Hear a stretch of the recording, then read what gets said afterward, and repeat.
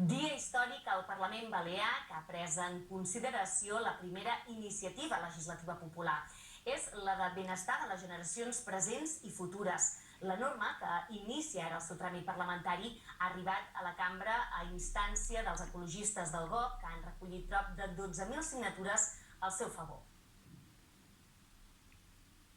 Els donam una eina valuosa i innovadora, fruit de la massa crítica i la intel·ligència col·lectiva que s'acumulen en 50 anys de lluites i victòries de l'ecologisme balear. D'aquesta manera ha defensat el president del COP la iniciativa legislativa popular.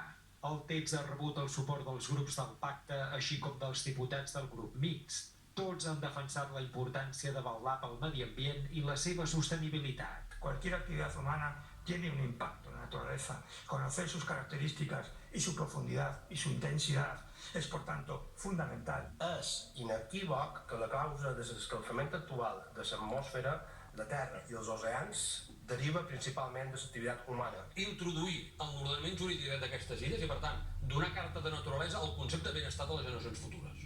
És una qüestió que va una passa més enllà. És pensar en el que farem amb el territori que ens han prestat, perquè és prestat, amb les nostres decisions. I que ens donen aquesta perspectiva de que hem de preservar el nostre medi ambient, hem de preservar el nostre entorn, perquè la salut d'ells serà la salut nostra.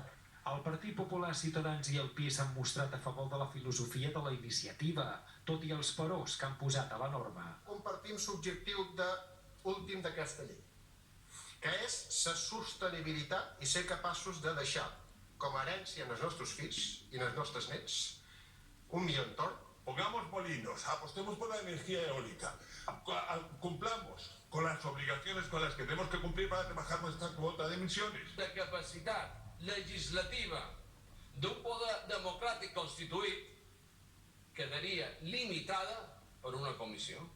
Vox ha estat l'únic grup que s'ha mostrat rotundament en contra del text legal.